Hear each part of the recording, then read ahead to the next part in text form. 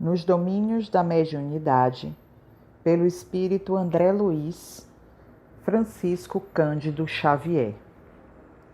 Serviço de passes.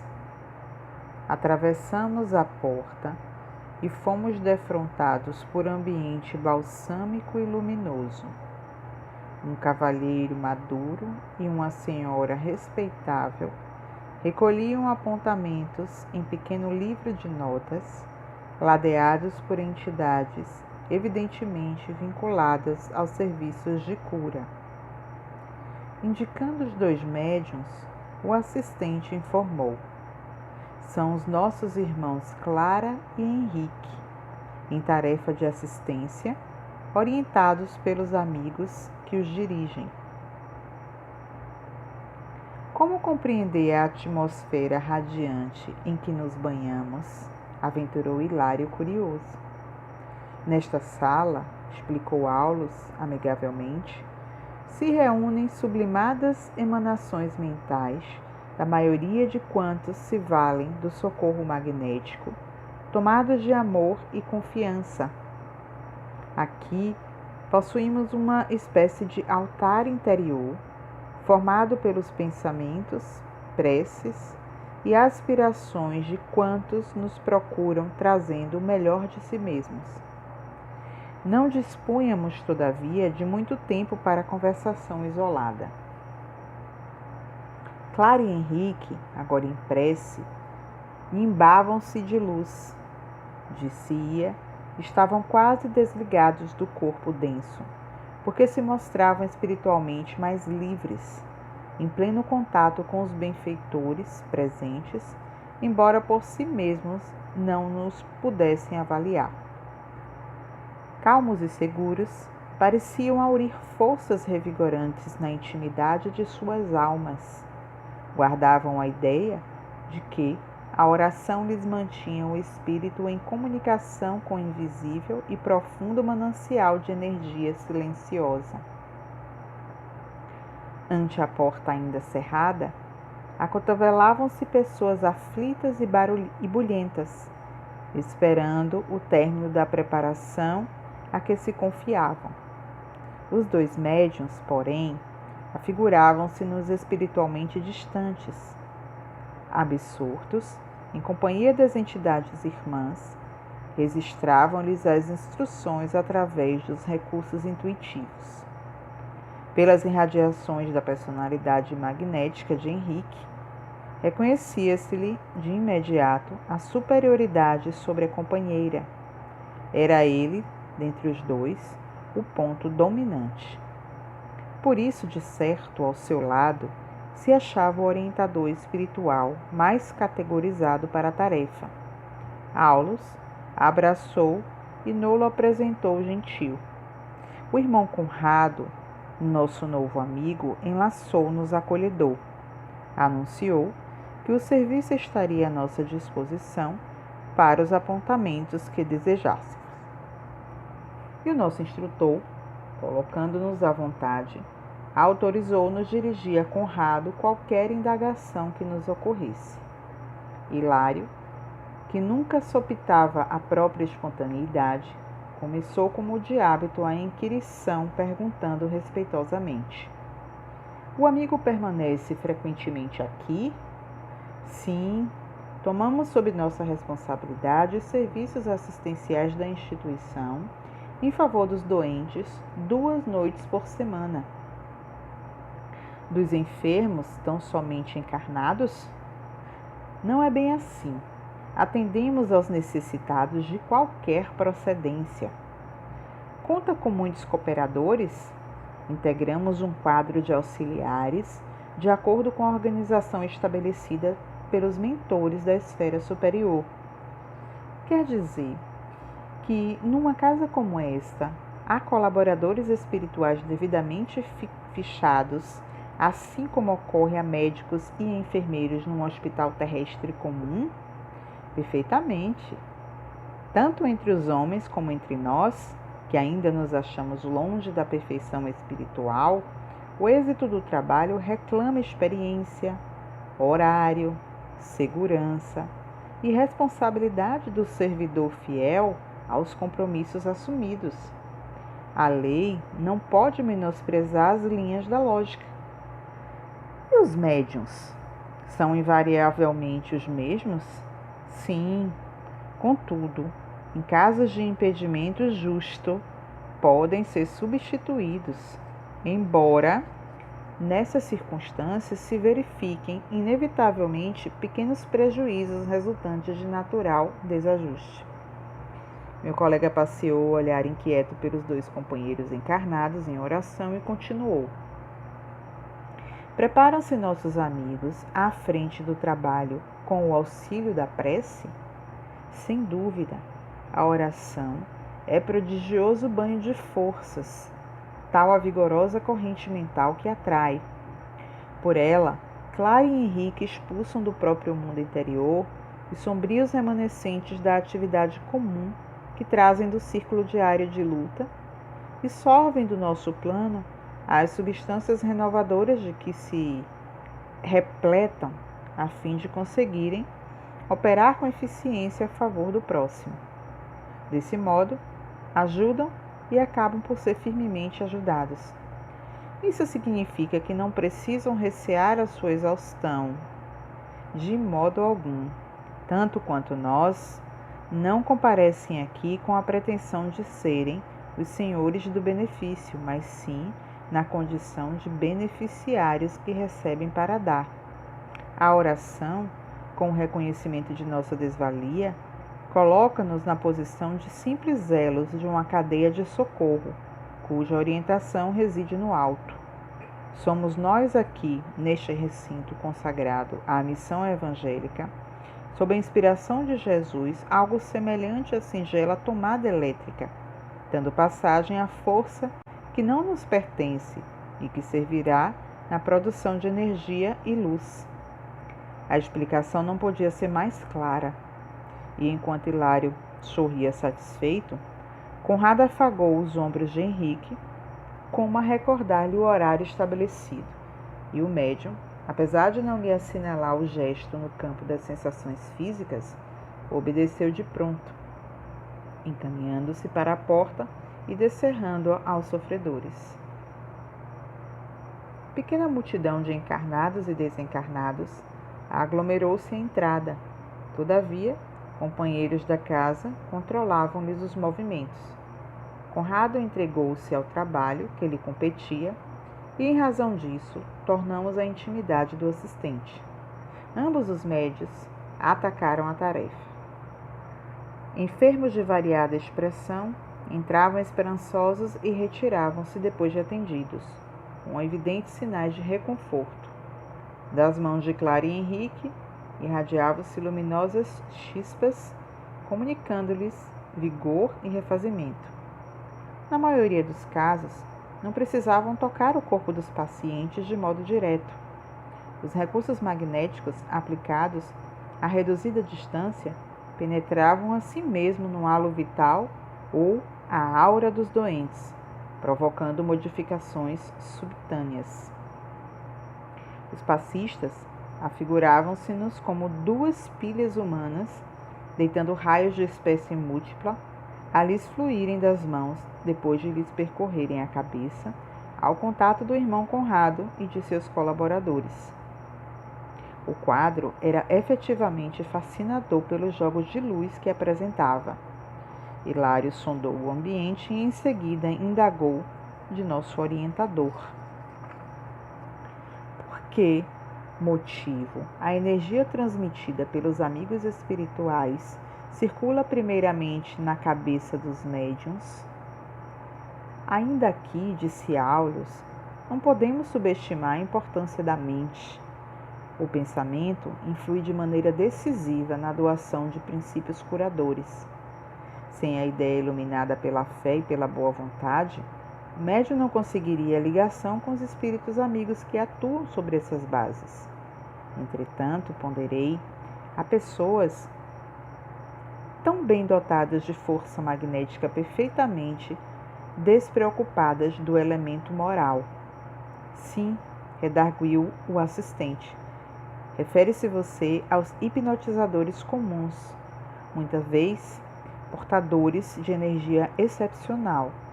Fazem belas demonstrações, impressionam, convencem, contudo, movimentam-se na esfera de puro fenômeno, sem aplicações edificantes no campo da espiritualidade. É imperioso não esquecer, André, que o potencial magnético é peculiar a todos, com expressões que se graduam ao infinito. Mas semelhantes profissionais podem igualmente curar, frisou meu companheiro, completando minhas observações. Sim, podem curar, mas acidentalmente, quando o enfermo é credor de assistência espiritual imediata, com a intervenção de amigos que os favorecem.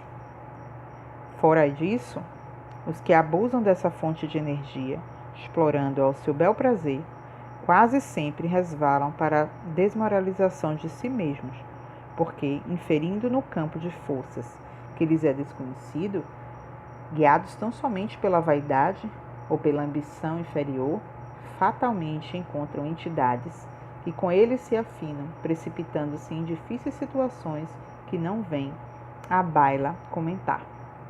Se não possuem um caráter elevado, suscetível de opor um dique à influenciação viciosa, acabam vampirizados por energias mais acentuadas que as deles, porquanto, se considerarmos o assunto apenas sob o ponto de vista da força, somos constrangidos a reconhecer que há imenso número de vigorosos hipnotizadores espirituais nas linhas atormentadas da ignorância e da crueldade, de onde se originam os mais aflitivos processos de obsessão.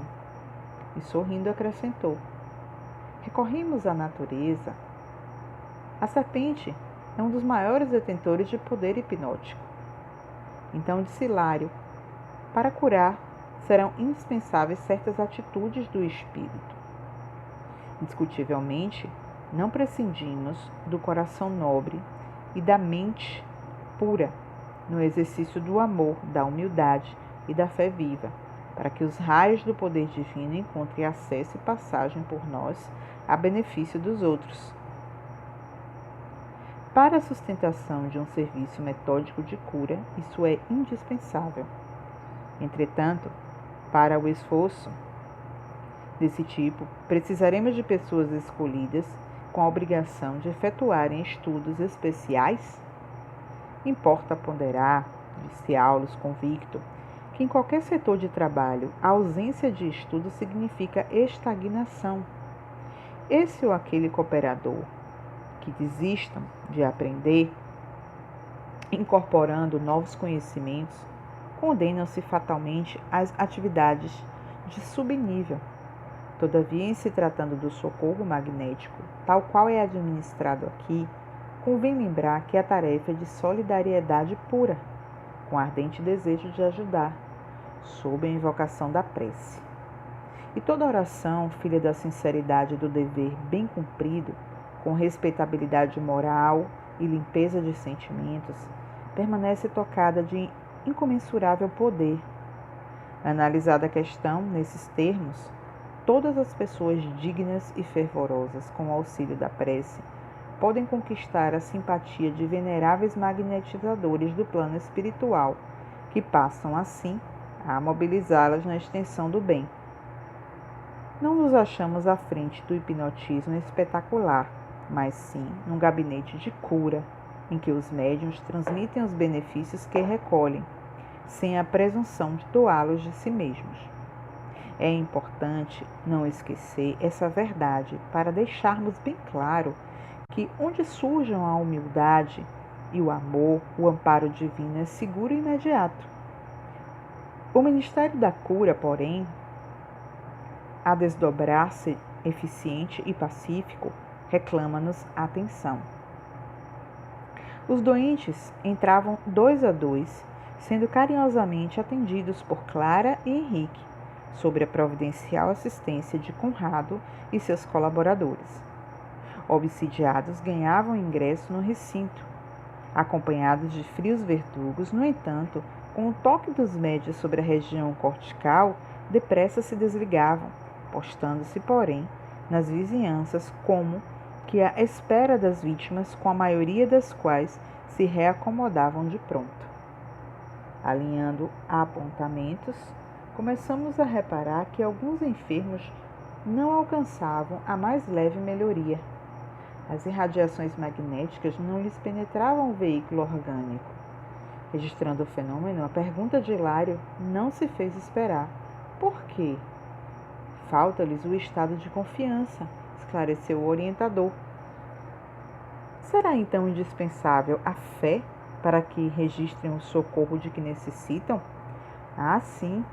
Em fotografia, precisamos da chapa impressionável para deter a imagem, tanto quanto em eletricidade, carecemos do fio sensível para a transmissão da luz. No terreno das vantagens espirituais, é imprescindível que o candidato apresente uma certa tensão favorável. Essa tensão decorre da fé. Certo, não nos reportamos ao fanatismo religioso ou à cegueira da ignorância, mas sim à atitude de segurança íntima, com reverência e submissão diante das leis divinas, em cuja sabedoria e amor procuramos arrimo.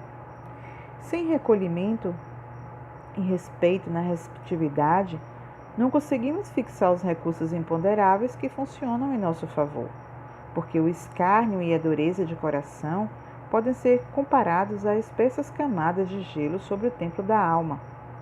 A lição fora simples e bela.